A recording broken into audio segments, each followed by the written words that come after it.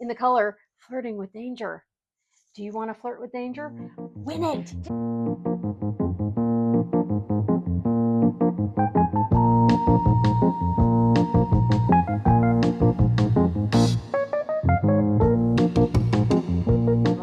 Good morning. We like to flip-flop the intros. We do. And last week I tried to get through the intro without getting distracted. And Stephanie said it'd be nice if you had it written down. Did I say that? You did.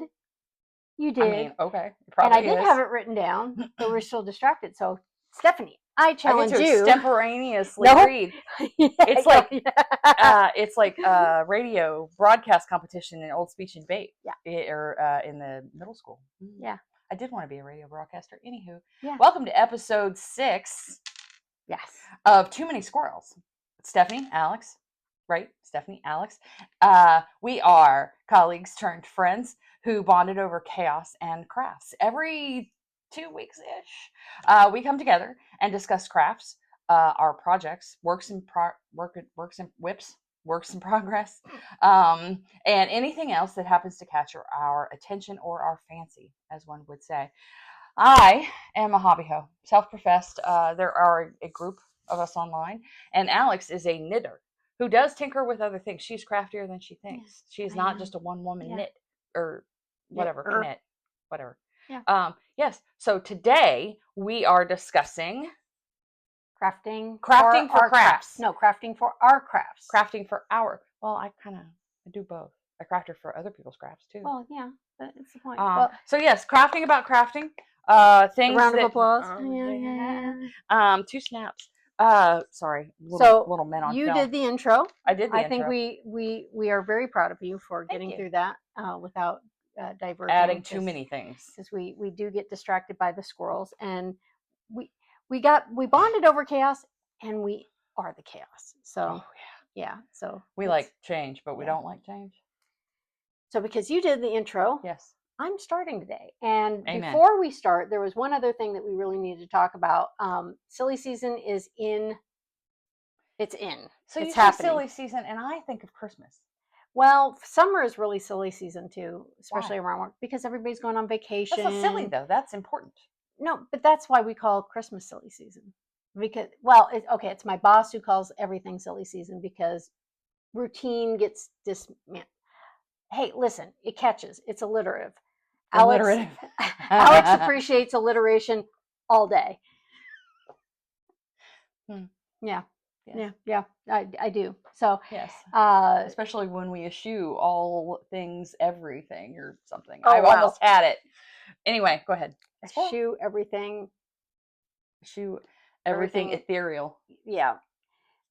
So you can tell we get distracted very easily. Like words. But we had to tape early. We did because of vacation. Yeah, and we offered a giveaway in episode 5. But we can't do it because it hasn't been out there for a couple weeks. Oh. So I wear the Pants of Fire, and we are not going to announce the winner on this episode. The Pants of Fire. Okay. I'm like, yeah. I didn't, what? They're green, man. We had to wear we had to watch Teen Titans for a while, so, okay. Pants of Fire. Okay. Why do you wear the Pants of Fire? Sure. Meaning that I've lied. Oh, well, not lied so much as we did not adequately pre-plan for our things because we have a calendar. We don't. Plans are great, but they fall apart on They first never contact. survive first fire. Yeah. Ever. So, with that said, we will announce the winner on episode 8. So far, 7. On episode 7. This is episode 6. We're doing it on 7 when vacation's over. Yes. Okay. So with that said, the field is wide open. We are offering the gnome. Oh, mine's over there. I will go get it. Get it. Because put it up where it belonged. Yeah, we're gonna. So proud. We'll do the crinkly down here, which probably everybody can hear because my mic is on my chest. But she's moving over there and you can still hear her because her mic is on her chest. Yeah, I know. It's wackadoodle. I'm trying not to yell in these things because sometimes I have to cut the feed and then bring yourself in. Yeah, I take the I do the volume lower because I get all excited. And she's the editor extraordinaire. Yeah, I am. With her Apple stuff. So we're going to do this so that we can snapshot this. You could win this. Or, wait, what is it? It is Stuff and Things. It is Urban Girls Fingering Weight Yarn, 480 yards, in the color Flirting with Danger. Do you want to flirt with danger? Win it. Didn't Danger Mouse wear those colors? The danger. Speaking of danger, didn't Danger Mouse wear those colors? I will look it up and see. I love Danger Mouse. And then the other thing, and if you want to win this, put in the comments either episode 5 or 6. Episode 7 is dead to me. It's just dead to me. It doesn't exist. It'll never exist. We're going to skip right to episode 8. Don't think I won't do it. I know you will. So if you want to win the yarn, put Trunk Show in the comments, either episode 5 or 6, and it is yours. If you are picked randomly. If you're the only one who does it, it is yours. So be the only one. Yeah, and again. You cat house, but kept separately. And then if you want to win the beautiful. They can see it, I swear. Well, it's kind of fuzzy. The gnome. Put gnome in the comments. Well, that gnome isn't fuzzy. It's a magnet. Yes. And he's lovely. And his glass works by Stephanie. Yes. Or as I like to call you, Stephanie, because I can't talk. No, when you do that, you go full short circuit. Yeah. Stephanie. So today we're talking about crafting our crafts. Yeah. For our crafting. Yeah, it doesn't matter. It's craft because Stephanie, you need help. My Alex epiphany is that I am kind of a hobby-ho-lite. And the only reason I don't have the great stores is because I have moved so much over my life and I've destashed everything every time I've moved. I have stuff. I mean, I've destashed too, but since I've been in the same place for a while, it helps you collect 16 the years. Dust and the hobby supplies. Yeah, but I have stuff that has been here literally since I was, or that I've had in some way, shape, or form since I was maybe 19, 20. Yeah. See, I've also, I've had some emergency moves, so then it's like everything must go. Usually I lose books, but I kept a lot of my books. But yeah, there's been a few really big moves that have required destashing, and so I have always had kind of a few drawers full of things, especially if I can find things on sale. And then there's a few things that are constant, and that's what made me think of this episode. And where my real crafting journey started was when I was in high school. My sister knew this guy that made jewelry, and I hung out with him that was the year. This is thinking late 80s. But I really liked like the earthy kind of hippie stuff. Can't imagine that at all. I know. I got little blocks of wood around my neck. Yeah. That's how I did. That's how I roll. I had woodlawn last week. I like the natural colors and the natural feel things. All the vibes. Things. Yeah. And bead shops were really popular. Oh, yes, they were. Yeah, head shops. All of our beads were in head shops. And why they call them head shops, I'll never know. If you know, tell us. I have some of those. This is a point. There's a point to this, and I got to find the point. Here's the point. So I started some of my craft journey with making jewelry. I make little necklaces. Usually I like one big chunky bead, and then I design around it, which I wasn't great, but I wasn't bad. And then over the years, then I learned to sew in college. Yes. Because I wanted something with my hands, because I was not the best student. So I felt like that would help me through college to have something physical, whether it be a craft or like I took swimming a few times. I'm like sports. Yeah. Well, I did swimming because I had grown up with a pool, but I didn't know any strokes. Okay. I did everything wrong. So I did that for years, and then just crafts kind of followed me around for quite a bit. Then I became a knitter. And you crocheted for a long time too. I did. But I just basically made hats and scarves. I wasn't really. Well, those are the fun things. Yeah, it wasn't really like there was no. It was a thing I did. It was another thing I did. It wasn't really an obsession. Okay. Knitting has become an obsession. If it you know, has. you know. And when I started, you could spend hundreds of dollars on stitch markers. These are the fun ones. Ooh, big. Yeah, so there's different kinds of Big stitch jump markers, rings. as many of you know, and I'm going to just put pictures of these on Okay. because Like big jump rings. yeah, this is it's just too much getting up and down, and then Head rush. It's yeah, terrible. it is terrible. So these little gummy bear guys I made for fun, and then I have little super rubber cute. ducky ones too. They're so cute. But these guys are more for They're so there's cute. different kinds of stitch markers and progress keepers in knitting. So one is to mark the right side. Like this is a good one for marking the right side. Like if there's a gummy bear on it, it's right, because I love me some gummy bears. And yeah. But you just put it on the front, and sometimes people use them as progress keepers to encourage you to keep going. So like this is where I was the last time I stopped. And then the next time you're like, okay, I got an inch done, and that's encouraging. Progress. Yeah. So progress keepers. And then there's the kind of stitch markers that you use along to help you count or know when something's going to change or the beginning of the round. And that's really important in knitting because, things happen. Like if I'm watching a show or listening to a book, I can knit and then I'm like, where am I? It's like driving to work on a Saturday, Accidentally. Yeah. You're just like, oh, how did I end up here? How did I end up with 2 rows of stockinette? I needed to be decreasing. Oops. So colorful, different types of stitch markers to kind of trick the brain into paying attention is important. Now, one of the things I found out early on in knitting is I can't count, especially if you're doing a long shawl. Alex cannot count.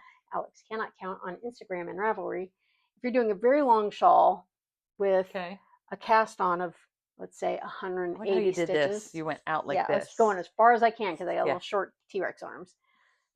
Anyway. I found out that I was having the problem of like I'm going to add more stitches. Okay, now I got to go back and count. So I wanted numbered ones, and I looked online. I was like, I can't pay $25. Oh, so no. Myself goes and finds boxes of beads on sale, or either clearance. Words or numbers. Like this was a box for $1.74. Heck that's how I roll. This one was $1.24. This one is for expletives because it's all the I love punctuations. Expletives. Yeah, they're my favorite. But I also have a bag of numbers, which I probably bought pretty specifically because I wanted to make some for me and my knitting friend in Indiana. Nice. And so they look kind of like this. So you can see, and I'll take a picture. Like I said, this one is 160. So every 20, I put in a stitch marker when I'm doing the cast on. Because I can count to 20 mostly. And then you got 10 fingers and 10 toes, you're set. Yeah. And when I first started, I tried doing it with the stretchy stuff you make bracelets with. Yes. Because I wanted it to be flexible, but it's really not very durable. So the last batch, I started using head pins. Yeah, head pins. The old-fashioned little earring things where you can stick the beads. Well, I think I take umbrance. Old-fashioned. Well, on behalf the old standard. The old standard. Let's say that just a head so that the bead doesn't fall off, and then you can twist. And I've always had several of these around. One because I do craft. Yes. But also because my daughter breaks all her jewelry. And at 7:25, when we need to leave at 7:30, Mom, can you fix the thing? You'd be like, no, I can't. Sometimes, if I'm really prepared, I can't because I know that all the drama will happen between 7:25 and 7:28. But I bought some beads, beads. For making pretty ones. A girlfriend of mine, the one I wanted to make the numbers for, made me some beautiful stitch markers with these, Ooh, nice and I'll show the picture. Yeah. So I wanted a row counter. I have yet to use it, but sometimes you have to buy a notion or a tool to see if you like it. But one of these days I will. And I took one of the stitch markers she gave me and I put numbers on it. Nice. That's the numbers. And what you do is when you knit, you start at row 1 and then you go around and then you go to row 2 and you go to row 3, row 4. And then if you get past the 0, which is 10, you can take a little clippy stitch marker and put it on there to count as 10. So that's 11, 12, 13. It's pretty brilliant. But it is. I saw it online. I didn't know if I'd like it. I didn't want to spend $25, $30 to know if I'd like it or not. So I just made myself one. Yeah, especially when you have the stuff and the things and the know-how. And I can do that. And a great excuse, yeah, great can do excuse that. for looking.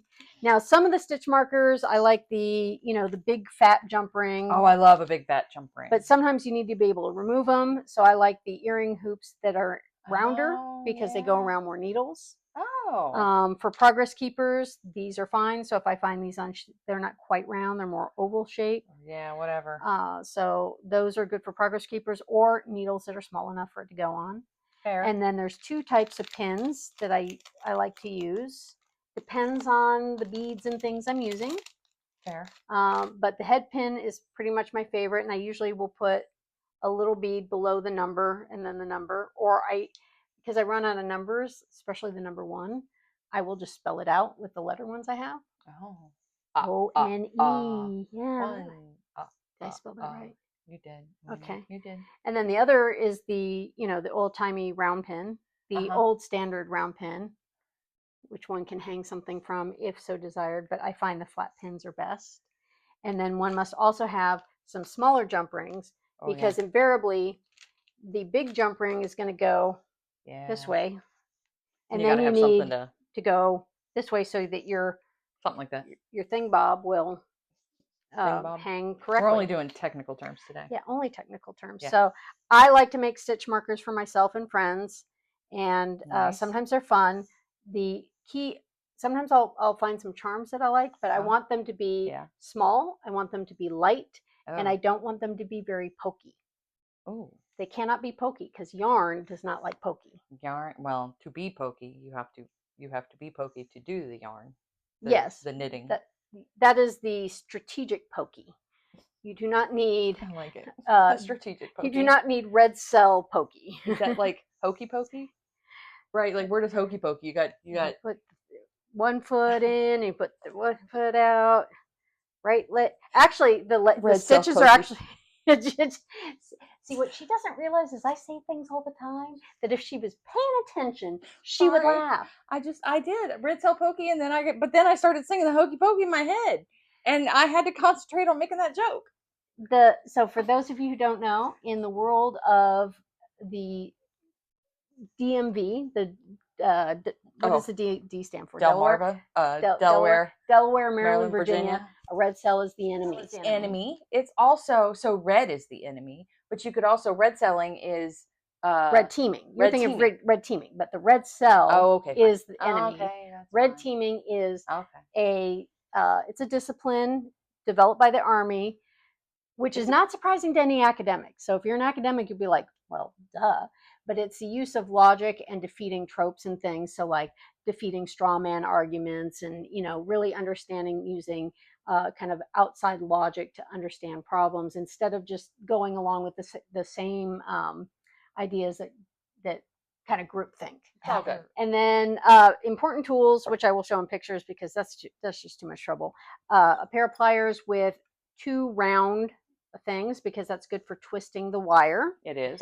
And then I like the flat nose, needle nose. Those are more needly nose. Needle nose, because sometimes these things are very small and fiddly. I like to have something to hold and really grip it and then get the last twisties. Especially if you got fingernails like I do. Yeah. And then this one is supposed to be great. I'm not sure how I like it. It's got a detent for the roundy thing, and the idea is that you just close it and it gives you the roundness.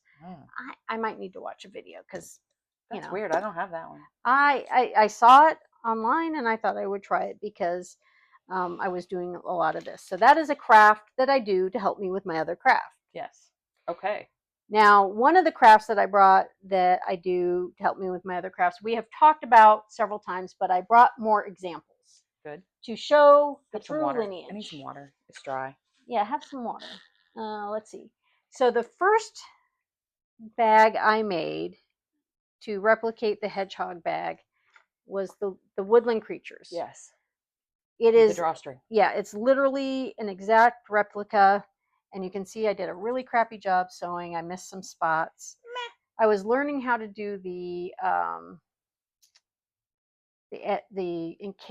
casing where the cord goes. And so I didn't do a great job, but I do love the What did I drop? Okay. Anything important? Yes. Oh. So I didn't do a great job, but my first year was this, and I made some for me and my Indiana friend, and that is where this came from because this was leftovers from my project. But for her, I picked out these really fun farm because she has a little hobby farm. She has sheep and chickens. The cows go moo. And maybe a duck and a really angry rooster because I don't have any of those. I'm being redundant. I'm sorry. You're fine. But I had some leftover fabric, like there was some kind of old timey fabric in there. I just had some scraps, and I thought, well, I'll make a little sock bag. So that was my first set of bags. And yeah, and I did all right. I mean, they're very usable. I use them all the time. I don't believe in not using things, especially just because they're imperfect, because I am imperfect. And then I had mentioned last time that I did make some bags with some zippers. So we'll take the Molly T out there for real quick. This was my chance to experiment with pockets. Ooh. And I made 3 of these. Pockets. And they're like the first nuclear bombs. They were all completely distinct. Oh, I'm like, where are we going with that? Different plans. History brain, just can't not think otherwise. I do want to watch Oppenheimer again, though. So I put in a zipper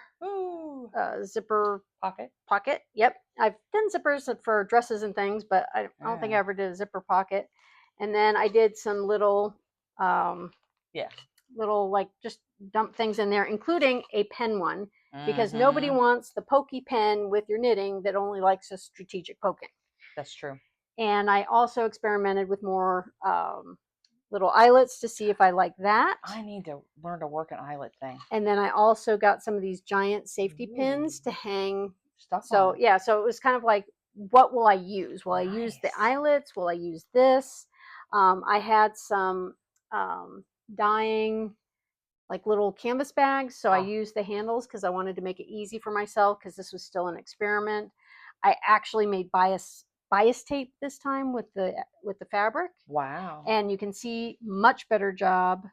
Like I actually got the stitching because it's easy. The bias tape is easier to go in circles. Right? Yeah, fold over and go in circles. Okay. Because like we're going around.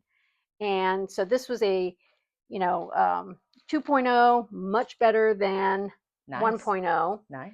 And I used the canvas, the light canvas. I don't know what they call cotton canvas. I think they call it. Canvas. It's easier to work with than the full-on hard canvas. Oh, yeah. Also, I want it to like slouch down, and the reason I wanted the handles is I wanted to be able to do things like put this back in there and then go whoop and walk bye in a hurry. And Molly has gotten big enough; she had to progress, so she ended up in here.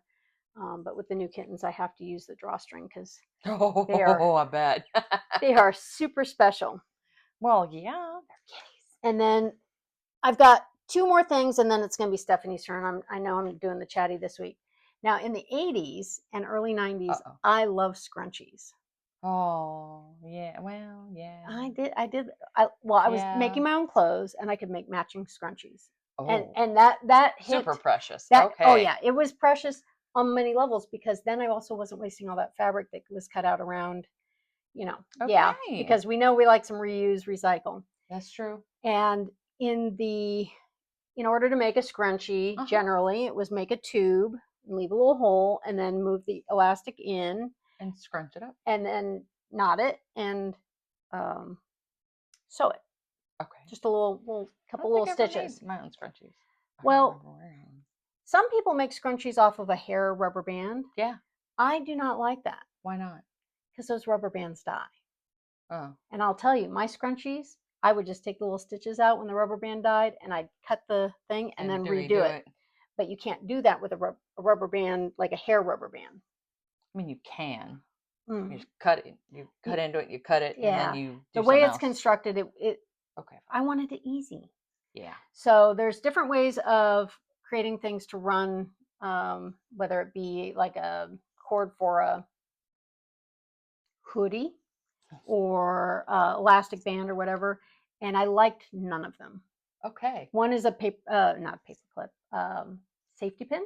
Oh, yeah, safety pin's the way I always did it. You know what though? When that thing pops open, Ouch. one, you lose your ribbon, and two, ouch. So I had a lot of injuries from that. And then the other, they used to have this like flat plastic, like it looked like a long flat plastic, like I think tab, but it's not a tab. It would be just a flat plastic thing, and you tie the string onto it and you go through. But sometimes I needed something skinnier than that, so I didn't like that. Okay. So I found these little clips, and I will share a picture with you. Yes, please. But It's it intriguing. opens, and you can put the elastic there, and I usually double fold it, and then you push the little slider, and it holds it real tight because it's got the little teethers. And then you run. Now this, I have this really short ribbon on here for some reason that I cannot. I don't know. I usually use like a shoelace or something super long. Fair. And then you run it through, and then you pull it through, and you get your thing out, and then you slip it off. And I love this thing. And you can get like 10 of these online for $2.50. You know. Interesting. So I don't think I've ever seen a friend of mine who sews wanted one, so I was like, okay, I'm gonna have to buy a bunch of these because I'm not giving up mine. And sometimes these things are hard to find. Like it's not like the old days when we had a Joann's. I know, sad. Rest in peace, Joann's. Sad. So that was one of my sewing crafts for crafting that got a lot of use back in the day. Okay. And then my last thing, I wanted to have a reuse thing, a recycle reuse thing. That's my whole shtick. Yeah, and this isn't actually something I make. Well, I kind of make. I adapt it. Okay. I make something new out of something else to do a thing. I count that as a craft. I do too. I take my daughter's old socks and I do socks, nylons, and tights. And I cut them in pieces and I put them around my yarn bowl, and then I make it a center pull yarn. And if I'm doing color work and I have it in the bag, it doesn't get all knotted up, and it keeps it all nice and tight. And then with the socks and sometimes the tights and things, it depends if it's got a bottom or not, I put the little yarn label at the bottom. And I usually take a little thread, like one of the little pieces of yarn I have laying about, and I'll tie it here if I really want it to be loose, because as you use the ball gets smaller. Yeah, but the ribbing or the tights or whatever will keep it tight. And what do you do with all those one socks? Or tights that you wore out the toes on, but the tight part is still good. Like it's just going in the landfill. That's fair. So I have a lot of Halloween yarn cozies. Yeah. Because apparently we lose the sock for the Halloween socks quite often. It's just the nature of the Halloween beast. So yeah, those are my crafts to craft. And there was something really, like, I was thinking on the way over here, there was something like really like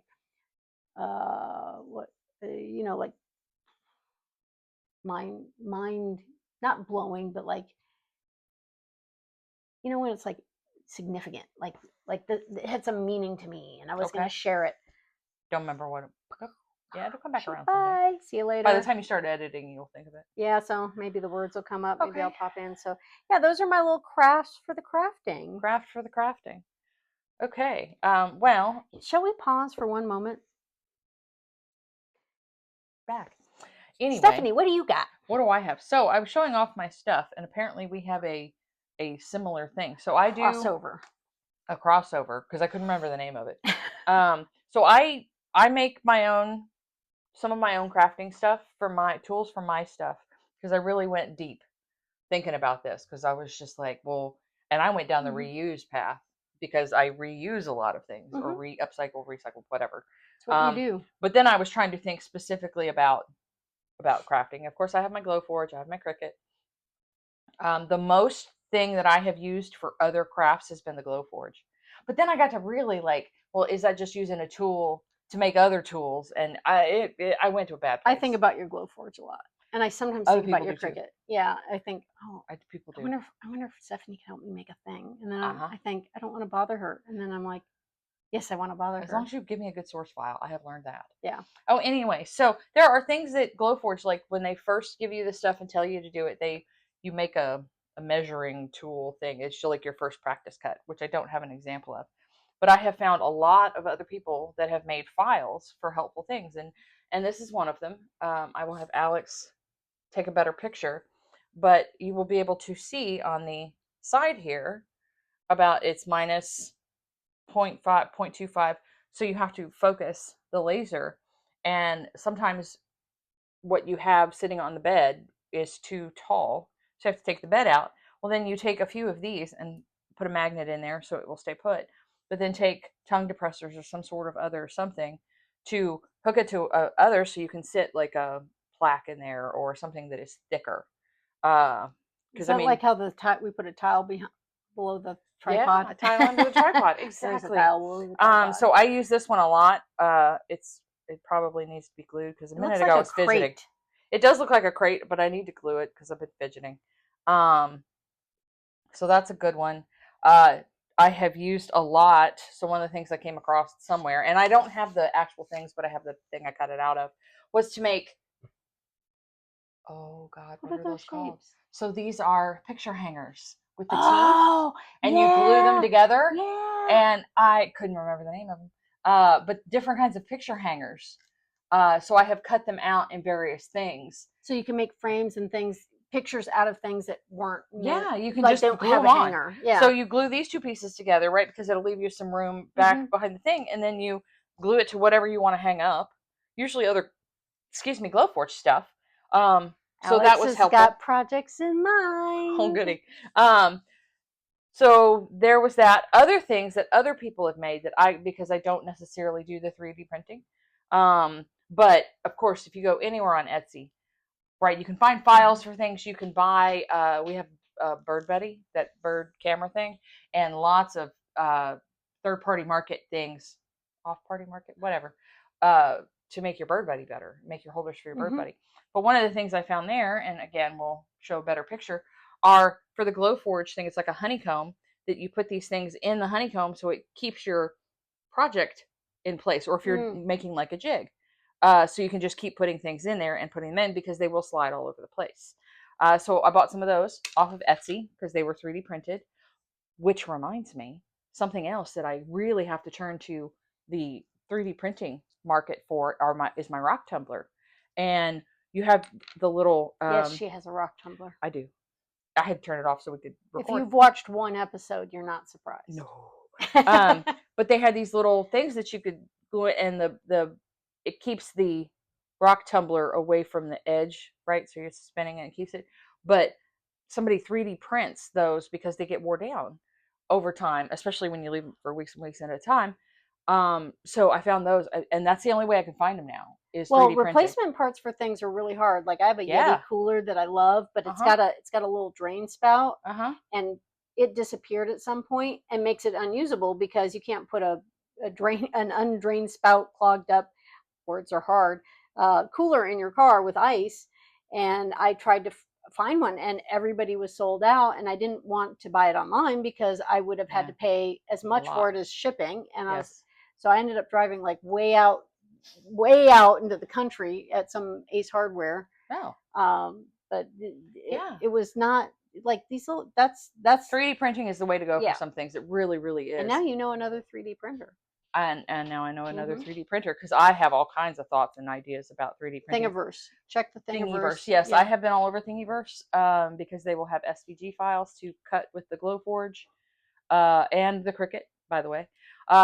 So moving on to jigs, because that is really kind of where my bread and butter has been, is if you know anything about Glowforge or laser cutting, light laser cuttings, kerf. A kerf tool. Is it a K? KERF. Because curfew. When you do your cutting and your measurements and you want things to fit in properly, you have to account for the amount of material that the laser will take off when it is cutting. Oh, so the how deep the cut is, whether you want to like go all the way through or you want it to go. No, that's more like routing. Oh, and I'll get to that in a minute. But this is when you want two things to fit this is a really good example, actually. If you want two things, where's a piece come off? If you want them to fit together, so these came into two pieces, it really shouldn't do that. I should glue it, but also when you are fitting them in there like that, the kerf, you should account for the kerf when you are putting the teeth in there So it will Oh. seat and it will stay without having to glue it. Oh, so it's actually the depth. Okay. Yeah, you know what I mean. So yeah, I see what you're saying, because you're cutting horizontally, and so your depth. So I mean, you're cutting regardless. You're cutting the same way. But if you want them to fit snugly, you have to account in your measurement for. I'm gonna look up the word kerf. You know that's gonna happen. Yeah, it's not kerning because that's a word thing or a letter thing. But I know this is what kerning is. But you will look at it when you want things to fit very flush and to stay together without gluing. What does it say on the back? It is the name of the guy who made the file. That was smart. Flex Riser. Oh yeah, a lot of people will do that where you have it and it's a way of attributing their work. That reminds me, the thing I 3D printed, I need to take pictures and put on Thingiverse. Hackerfactor.com. And this particular file, I use those a very lot. But this kerf tool helps you account for when you are cutting and what adjustment you need to make in order to make those work when you are creating your files specifically. Yeah. Because I had the skills, I'm regaining the skills a little on how to do my own files, but I have not done those cutting types. Well, I did for that puzzle. But I mostly do engraving right now. You know that IdeaSpace has a 3D scanner too. I didn't know that. Yeah. So I'm assuming that so you can make your own files of things that make CAD files, probably. Yeah. Uh-oh. Especially for the 3D printing. I don't know how it would work for this, but yeah, it's okay. Crafting about crafting. Crafting about crafting. So then another one, and I think did I show you guys the screwed up pencils? We did the pencils last time because I didn't watch the episode yet. Yeah, you totally. But we're ahead of schedule. We haven't had our full 2 weeks, which is hence the giveaway. But what is hilarious is I mentioned in the video last time, psych. Yeah. Yes, you did. I did. And we did the pencils. And then in my feed, I think I sent you a screenshot. In my, we're videoing. I'm not thinking about my algorithm, but I got her pencils with the nice phrases on them. Yes. And then comes up in my Instagram feed, psych had pencils with psych phrases on them, like "Come on, son," "Don't go boneless," all the good ones. But I just thought that was really creepy. It was a little creepy. Don't hit your mic. Oh, I'm sorry. Oops. We have so much learning to do. We like last week, we put it on a thing. I broke it. This week, we put it here so we don't break a thing. And then we hit things. Yeah, I will try to fix that in editing. But pencil jig. Yes, pencil jig. Ooh, like those old puzzles, right? You could do that. So pencil jig was also a very, very helpful file. In retrospect, I probably could have made this. But at the time, I was not trying that adventure. But I really like that they put pencil jig on it because so you would know what it was, and not just like a fence. Yeah, and they numbered them, which is also helpful. But most of the work that I do, well, I do my own stuff, but I do a lot of crafting for other people's crafts. My husband being number one, so woodworker, and I will see various things, or he'll be like, "Can you cut me a router jig or something where he can cut things out?" And I don't have some of the originals. But the ones, again, I didn't go out of the garage and get them, but I have the cutouts. It is acrylic, thick acrylic, which is a 1/4 inch thick. But at one point, I wanted an oven squirrel. An oven squirrel? An oven squirrel. So you can use that. You can use this little part right here to push it in, to push the grate in, and you can use this part out here to hook it and pull it out. It's an oven squirrel, baking squirrel. You have a podcast with somebody who... I know, I forgot. Did you see me guilt her and she realized that I didn't even realize it right now. Like, for real. For real. And then my husband, so the crosses, he was making a cross for a gentleman that he works with, a wooden cross, and he wanted the jig to make sure that he would get all of the lines right and things like that. Well, yeah, you don't want a T. You want a cross. You want a cross. So, I cut those out for him. I have cut out sharks. For a charcuterie board or a charcuterie board. Yes. It is what we call it in my house. Yeah, charcuterie board. So I do a lot of those. I keep some of this thick acrylic on hand just for that work, because only our imagination will limit us. And then I love that you make jigs for your husband to do crafts, and then in theory he could make things for you to do your crafts. Well, has he's built you things. He has. So, well, oh yeah, he's built the tables and put up the shelves. But he has made. I have literally a block of wood where they routed so I can put glass stuff in it to display. And that was for a terrible project I did. The subway tile you gave me, I found out I have a IKEA phone stand. It's just a slab of wood with a piece void cut out at an angle. And I wanted to see if it would fit, and I put the little glass in there, and it fit perfectly, which makes it look like I don't just have a piece of weird wood hanging around, that I have actual like displayed, and then I can just take it out and put it in the back and put the phone in if I need. We were just talking about those, that he needed to use that for scrap wood, because right now he's taking all the scraps in his garage and making cutting boards out of them, like just throwing them together and chaos boards and cheese boards and boards. The last thing that has the crossover, my sister asked me, and she will ask me. She's asked me for a few things over the years, and so is my mom, to like macrame, decorative thingamajiggers or tops, or embroidery, like just a piece of wood cut out like a necklace or an earring with holes, a grid of holes for embroidery to embroider projects on there. But the last one that was kind of fun was, what did I call them? I had to look it up now. I've already forgotten. But bobbin, thread bobbin, bobbin, floss bobbin, floss bobbin. There it is. Floss bobbin. Floss bobbin. And then for us knitters, they are yarn bobbins. And I have one. No, in my but bag. you called them something else. No, I called it a yarn bobbin. You called them something else. No, I called it a yarn bobbin. No, you called it that second. Well, that's because I'm not smart. You called it something else. I'll think of it. Maybe. Probably not. But anyway, so I found all of it. No, for Intarsia. Intarsia, that's it. Jesus. Sorry. I'm going to have to turn that one down. Sorry. Okay. No, for Intarsia. Yes. If you see a lot of cuts, it's because we got loud and we got the dual mics going. No, Intarsia is a type of knitting where, like most of the time when you do colors, you do back and forth. Even when you do color work, you hold the strand going across. Intarsia is a type where you have lots of block colors, so you don't want to be having the strands going across, because a little bit always peeks through because you have to pick it up. It's called catching your float. Okay. And if your float is too long, like it makes it hard to get in your clothes. Think about like when you have those cheap colored socks with the printing on them. There's all those threads in there. Them's the floats. They're machine made, but I know. I've got a couple of socks I like, but I won't wear them because of that. This is what happens when we tape 2 weeks in a row. Why? We get very excited and touch ourselves a lot. I don't think that's the reason it's 2 weeks in a row, but I think it's just us. Anyway, probably floss bobbins. So my sister, because she does embroidery and cross stitch or whatever, if they're similar, but I found a very cute patterns on something, Etsy or something like that, that had these, because she loves penguins. So there's a big penguin one, she can do that. And there were dogs and cats and snakes, because she really doesn't like snakes. Some squirrels would be nice. I have to find them. Yeah, okay. Squirrels. I should get my stove squirrel, my oven squirrel. So yeah, that's really, I use other tools. Crafting.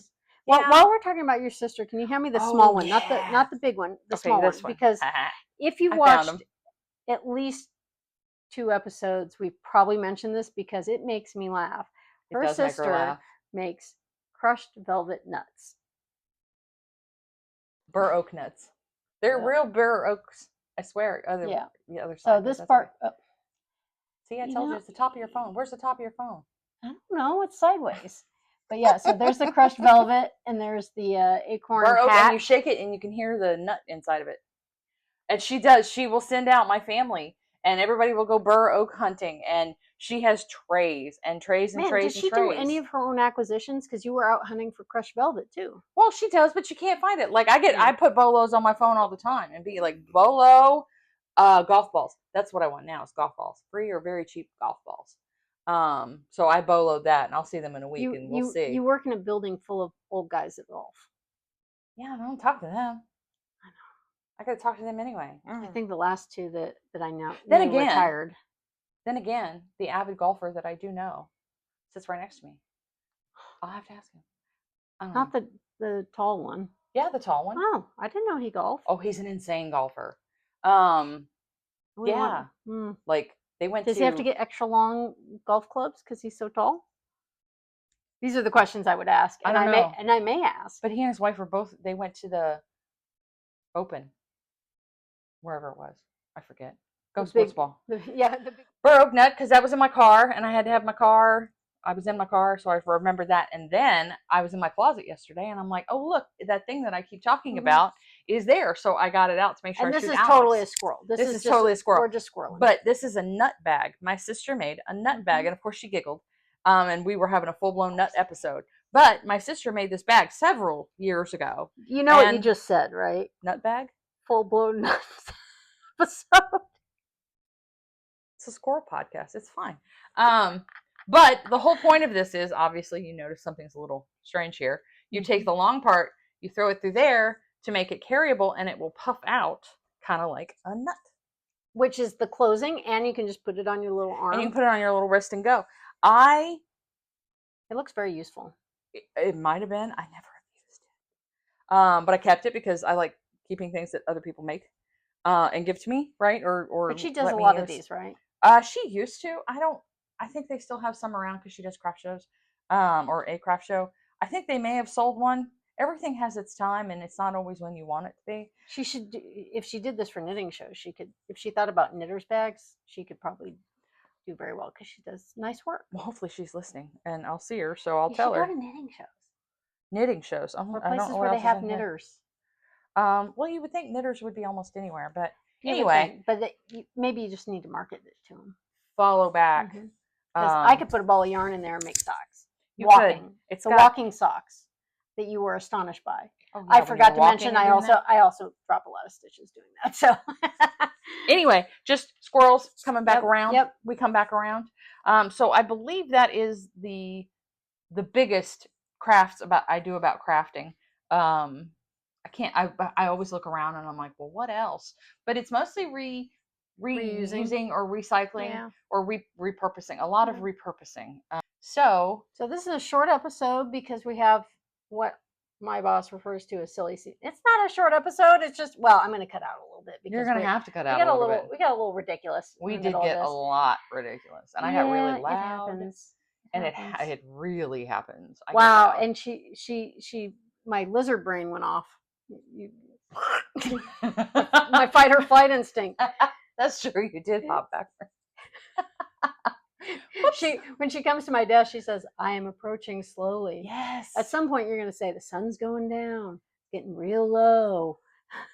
Yes, the Avengers. I've had my coffee. Yeah, no, I'll fix it. It's silly season. Yeah, it is silly season.